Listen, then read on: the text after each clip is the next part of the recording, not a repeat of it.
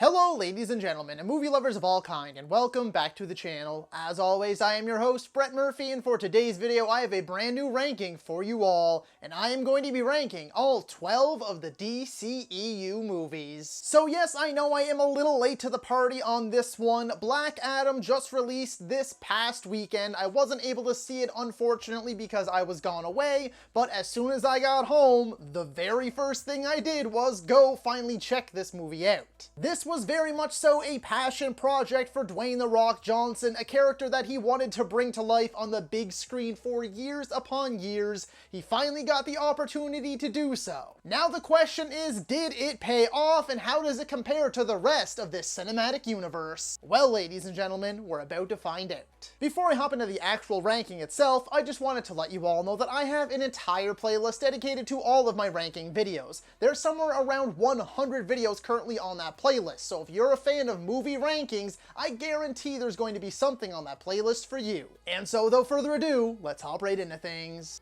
Number 12, Suicide Squad.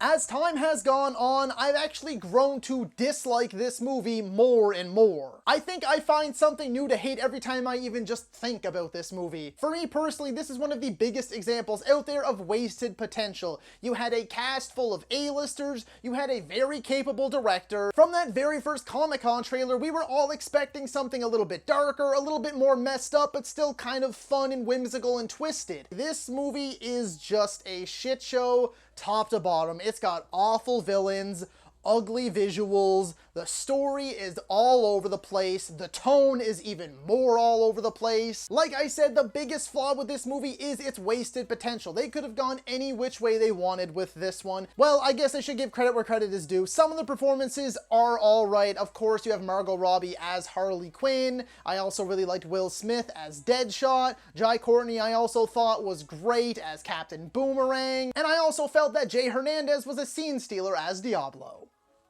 Number 11, Justice League 2017. Another example of a huge mess and wasted potential thanks to studio interference. As most of you know the story about this one. Once again, also just like Suicide Squad, I don't have any problem at all with the performances. Ben Affleck's great, Henry Cavill's great, Gal Gadot as Wonder Woman, Jason Momoa, Ray Fisher as Cyborg, of course, too. I thought the performances were all great, but it's the movie itself. The story feels rushed, and it does feel like it is coming from two different directors. The tone also all over the place. This version of Steppenwolf is horrendous. He is lifeless, bland, boring. All in all, this movie is just a travesty. Putting aside all of the controversy from behind the scenes, the movie is just not very good. Number 10, Wonder Woman 1984.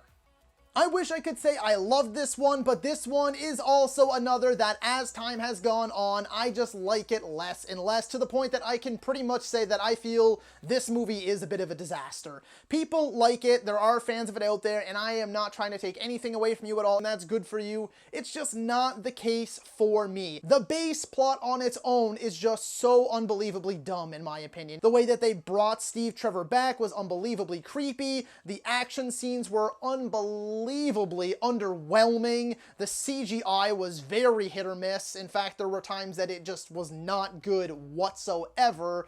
Aside from that, I mean, I liked the performances. Of course, I love Gal Gadot as Wonder Woman, even though, again, it's weird the way they brought Steve Trevor back. I love Chris Pine. I actually thought that Kristen Wiig was alright in this movie as Cheetah, and I love Pedro Pascal and everything that he does, and I loved his more kind of goofy, eccentric, over-the-top performance in this movie, but everything else is just atrocious, in my opinion, and it sucks to say because I love the first Wonder Woman. This one I had high hopes for, and it completely disappointed me. Right down to the ending. The ending. There is no way that everybody across the world all at once is going to denounce their wish. Like, there are so many flaws with this movie, so many plot holes, so many questionable decisions, and it's just a shame because the first Wonder Woman is so fantastic.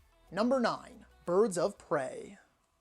This is the turn right here. From this movie on, I actually enjoy all of these movies. I'd give them a minimum of like a 7 out of 10, which for me is good. I actually really enjoy Birds of Prey, and I don't understand all the hate that it gets. The way I see it, this movie is a lot of fun. Does it have its flaws? Yes, absolutely. I find most of the action scenes to be a bit goofy, a bit too over the top. Some of them are cool, but again, I loved having Margot Robbie back as Harley Quinn. I loved Mary Elizabeth Winstead as Huntress. I loved Journey Smollett in this movie as well. I thought that Ewan McGregor was exceptional. I really liked his performance. All in all, this movie has its own style that I very much enjoy. It's a little more cartoonish, a little more lighthearted and fun, while also being gorier and kind of, you know, a lot more coarse language. It's a very R-rated movie, and I enjoyed that take on this universe, on these characters, and I, again, just don't really understand the hate that this movie gets. I think Birds of Prey is a bop, and I really do honestly enjoy it. Number 8, Black Adam.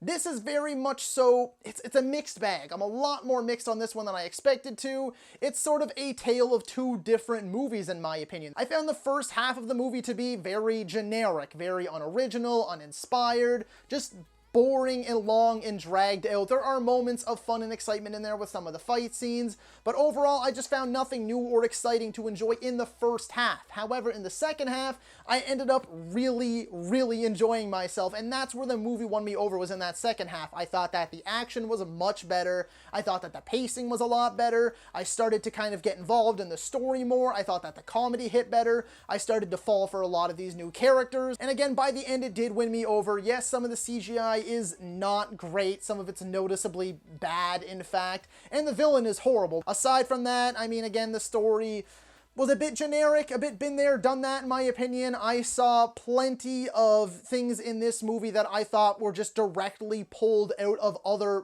better movies, and they kind of tried to make it their own. Some of it worked well enough, some of it really didn't work at all for me, but all in all, it's an extremely entertaining movie. It is an action-packed, explosive, just big, dumb, fun thrill ride. It's one of those movies that you can throw on whenever and just be mindlessly entertained. Oh, and of course, you have that post-credit scene. If you haven't seen the movie yet, I won't spoil it for you, but definitely stick around for this one. I lost my mind. Number 7. Batman v Superman: Dawn of Justice, the Ultimate Edition. Yes, I am clearly emphasizing the Ultimate Edition. I've only seen the theatrical cut once, and I was incredibly disappointed by the theatrical version of this movie. Every time I rewatch this movie, it is only the Ultimate Edition, and it is vastly superior in my opinion. It adds a full 30 minutes back into the movie that better flesh out the story, better flesh out the character's motives, the plan that's going on in the background, that flesh out the world a bit better. Does this movie still have its issues? Yes, absolutely. There was no need to have Wonder Woman in this movie. There was no need to have Doomsday in this movie. Lex Luthor's plan is so convoluted, there's no way that it would ever work, and I also don't like Jesse Eisenberg as Lex Luthor. I don't like that Batman just flat out murders people in this one. I love Ben Affleck in the role. I love Henry Cavill in the role. I loved the fight scene between Batman and Superman. It's a very small portion of this movie. Nevertheless, though, it is undeniably entertaining. Number 6, Shazam. I don't really have much to say about this one. I feel like I like it a lot less than most people do, but I still think it's a fantastic movie that I do thoroughly enjoy from start to finish. It's a bit small scale for my liking, and despite how much I love Mark Strong as an actor, I thought his villain was just completely and utterly bland, lifeless, boring, devoid of any emotion or any real good solid motives whatsoever, so I couldn't connect with the villain at all. Nevertheless, though, it has everything else that I love about superhero movies and then some. This movie's got a lot of heart, a ton of heart in fact, and that's really what drives this movie, is that family dynamic and the heart at the center. The comedy hits almost every single time for me. I love Zachary Levi in the lead role as Shazam. I thought all of the kid actors were great, and despite the story being more small scale, I still did really have fun with this one. Are you looking for the perfect gift for the movie lover in your life, or maybe you just want to treat yourself? Then look no further than the most unique piece of movie art you could possibly have with Movie Palette. Visit moviepalette.com right now and use code BAM15 at the checkout for 15% off your order. And now, back to the video. Number 5, Wonder Woman. Look, plain and simple, I love almost everything about this movie. I really can't say enough good things about it. I think what they went for here with this story, Diana leaving Themyscira to go and fight in World War I love Gal Gadot as Wonder Woman. Chris Pine, as always, he's superb. He's such a good actor, very charming, charismatic guy. I love the rest of our little ragtag crew. I love all of the action sequences pretty much in this movie. I thought they were solid. The No Man's Land one in particular sticks out because of how badass it is. Where this movie falls flat though is in its third act. I find its third act is just a mess and I really don't care for it much at all, and that's where the movie takes a bit of a nosedive for me. I thought the villains, Professor Poison and whatever the German dude's name was, they were horrible. They were cartoonishly bad, like way too goofy and over the top. It felt like they were from a completely different movie. And then you have this Nigel Thornberry version of Ares and this really just muddy, gross looking CGI filled finale with like the flames and the smoke and stuff everywhere. You can't tell what's going on at all. Ares is not an intimidating villain whatsoever, and that final fight is a complete mess. Aside from that though, if you chop off that last like 20-30 minutes of the movie, the rest of it is phenomenal, and again, in fifth place, one of the best of this universe. Number 4, Aquaman. I feel I like this one a lot more than most people do, and I have it a lot higher on my list than most people do. Flat out, full discretion here, completely honest with you all, I unapologetically adore this movie. Every time I watch it, I have an absolute blast from start to finish. Yes, I understand there's some corny, cheesy dialogue in here and some weird things like that, but this movie, to me, one of the most visually stunning movies I have ever seen. I totally buy into Jason Momoa as this character. I love his character arc in this movie. I love the world of Atlantis. I love King Orm in this movie. Patrick Wilson was just the right amount. Like, he didn't go too overboard to the point that I couldn't take him seriously, and he didn't take himself too seriously either. He found that perfect middle ground of being kind of a hammy, campy, but still incredibly entertaining villain. I thought a lot of the supporting cast was solid as well. The action hits, and it hits hard. That final battle is undeniably epic. Yes, the movie can get to be a bit on the long side from time to time, but overall, this movie to me is easily one of the best superhero movies in a recent memory. Again, I always have the time of my life whenever I'm watching it, and I personally have very few flaws with it. Number 3, The Suicide Squad.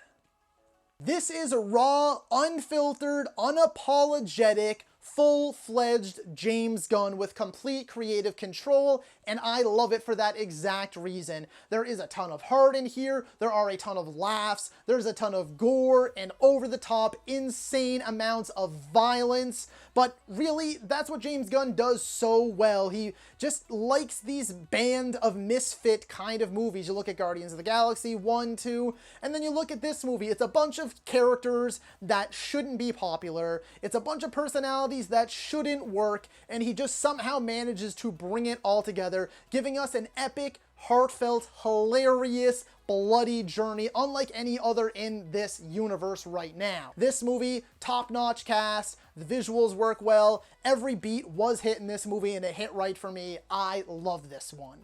Number 2, Zack Snyder's Justice League.